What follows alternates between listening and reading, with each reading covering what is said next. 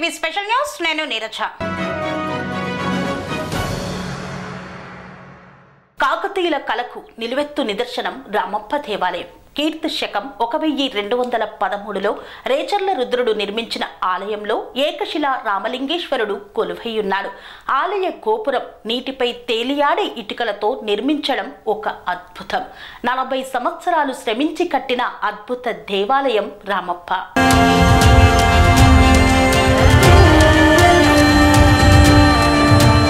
రాష్ట్రంలోని వరంగల్ జిల్లాలో ఉన్న రామప్ప దేవాలయానికి యునెస్కో గుర్తింపు వచ్చిన సంగతి తెలిసిందే.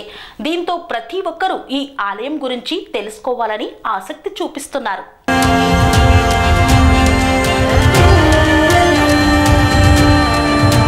ఆలయాన్ని కాకతీయ రాజులు నిర్మించారు.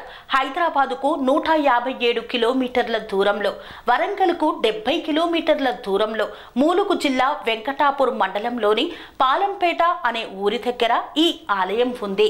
దీన్నే రామలింగేశ్వర దేవాలయం అని కూడా పిలుస్తారు.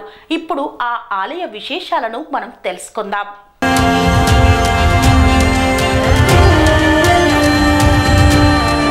రామప్ప దేవాలయం చాలా ప్రాముఖ్యత గల దేవాలయం. ఈ దేవాలయం విశ్వ బ్రాహ్మణ శిల్పుల పనితనానికి మచ్చు తునకగా నిలుస్తుంది. ఈ దేవాలయం పక్కనే రామప్ప సరస్సు ఉంది. ఆ చెరువు కాకతీయుల కాలం నాటిది. ఇది ఇప్పటికీ 1000 ఎకరాల పంటకు ఆధారంగా ఉంది. పాలంపేట చరిత్రాత్మక ఓ గ్రామం.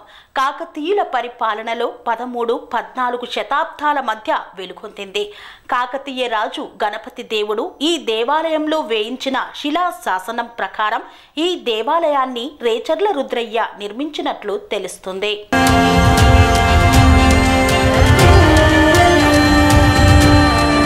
8 శతాబ్దాల నాటి ప్రాచీన కట్టడమైన రామప్పకు వారసత్వ హోదా రావడం నిజంగా గర్వకారణమే. ఇసుకపై ఆలయాన్ని నిర్మించడం, నీటిలో తేలియాడే ఇటుకలతో గోపురాన్ని నిర్మించడం, ఆలయ నిర్మాణానికి వాడిన రాతి నేటికి రంగును కోల్పోకుండా ఉండడం వంటివి ఈ ఆలయ ప్రధాన విశిష్టతలుగా చెప్పవచ్చు.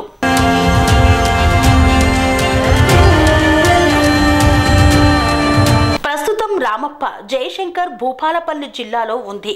ఈ దేవాలయాన్ని క్రీస్తు శకం 1213లో గణపతి దేవుని కాలానికి చెందిన రేచర్ల రుద్రుడు కట్టించాడు.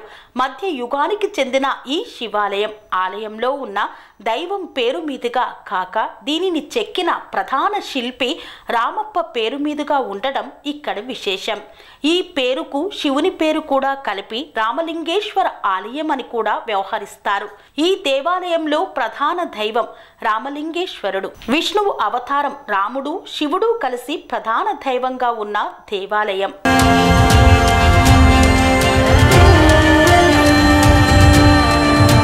ఆలయ నిర్మాణంలో కాకతీయుల శైలి స్పష్టంగా కనిపిస్తుంది. 6 అడుగుల ఎత్తైన నక్షత్ర మండపంపై ఆలయాన్ని నిర్మించారు.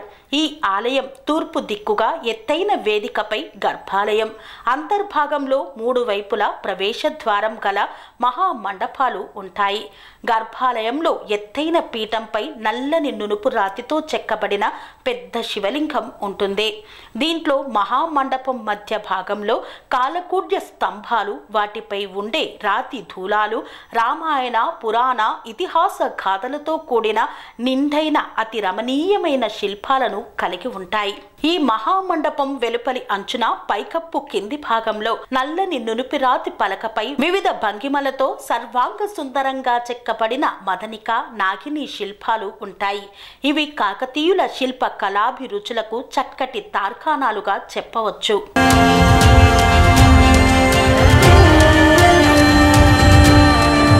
దేవాలయ ప్రాంగణంలో నంది మండపం, కామేశ్వర, కాటేశ్వర మొదలగు ఆలయాలు చూడదగినవే. దేవాలయం శిల్ప సంపదలో కాకతీయ రాజుల నాటి శైలి కనిపిస్తుంది. దేవాలయం అత్యంత తేలికైన ఇటుకలతో నిర్మితమైంది. ఈ ఇటుకలు నీటి మీద తేలేంత తేలికైనవని చెబుతారు.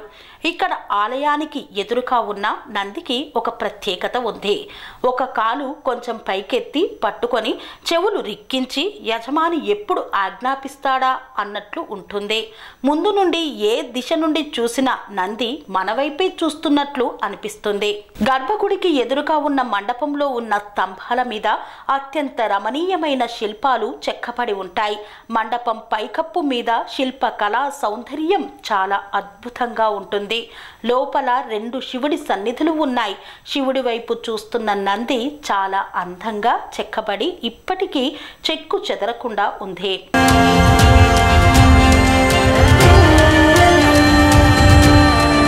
రామప్ప గుడి ఆలయ నిర్మాణంలోని చిత్ర కౌశలం, శిల్ప నైపుణ్యం వర్ణించనలవి కానివి. ఈ కాకతీయ శిల్ప చాతుర్యమంతా ఇన్నేళ్లు గడిచిన ఈనాటికి చూపరులకు అమిత ఆనందాన్ని కలిగిస్తుంది. భరతనాట్య శాస్త్రమంతా మూర్తీభవించి స్తంభాల మీద కప్పుల మీద కనబడుతుంది. రామప్ప గుడిలోని విగ్రహాలు, స్తంభాలపై ఉన్న శిల్పులు, ముఖ్యంగా దేవాలయ మండపంపై కోణంలో 4 పక్కల పెద్ద నల్లరాతి నాట్యగత్తల విగ్రహాలు అతి సుందరమైనవి. ఈ విగ్రహాల సొమ్ముల అలంకరణలు, వాటి త్రిభంగి నాట్య భంగిమలు శిల్ప కళాకారుల్ని సమ్మోహితుల్ని చేస్తాయి. దేవాలయంలోని స్తంభాలపై నాట్య భంగిమలు మృదంగాది వాద్యాల వారిగా రేఖలు చిత్రించబడి ఉన్నాయి. జైన సేనాని రచించిన నృత్తరత్నావళిలో ఉదాహరించిన నాట్య శిల్పమంతా రామప్ప గుడిలో తొనికిసలాడుతూ ఉంటుంది.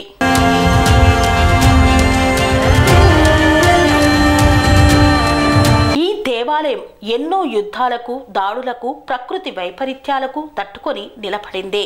దేవాలయ ప్రాంగణంలో చిన్న కట్టడాలను నిర్లక్ష్యంగా వదిలివేయడం వల్ల అవి కొన్ని ప్రస్తుతం శిథిలావస్థలో ఉన్నాయి. కొంతమంది ఇక్కడున్న నీళ్లపై తేలే ఇటుకలను తీసుకొని వెళ్లిపోవడం ప్రారంభించారు. అప్పటి నుండి భారతీయ పురాతత్వ పర్యవేక్షక శాఖ దీన్ని తమ ఆధీనంలోకి తీసుకొని పరిరక్షిస్తోంది. ప్రధాన ద్వారం దగ్గర ప్రాకారం కూడా శిథిలమై ఉంది. కాబట్టి ఇప్పుడు పడమర వైపు ఉన్న చిన్న ద్వారం ద్వారానే ప్రవేశం కల్పిస్తున్నారు. ప్రతి ఏటా మహాశివరాత్రి ఉత్సవాలలో 3 రోజుల పాటు ఘనంగా నిర్వహిస్తారు ఈ దేవాలయంలో.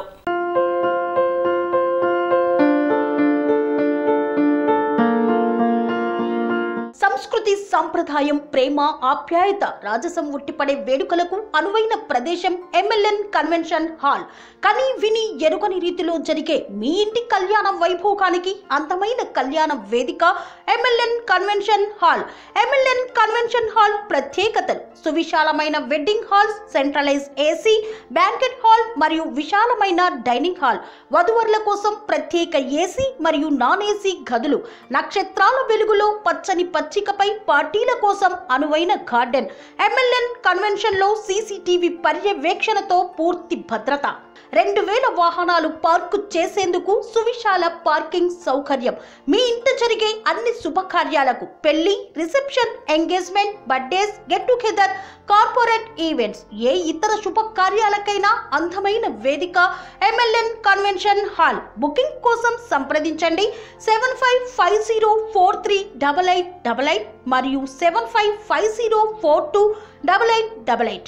మా అడ్రస్ చీర్యాల లక్ష్మీ నరసింహస్వామి దేవాలయం ప్రక్కన, near outer ring road, Keesara junction, Cheeryal గ్రామం, మేడ్చల్ జిల్లా.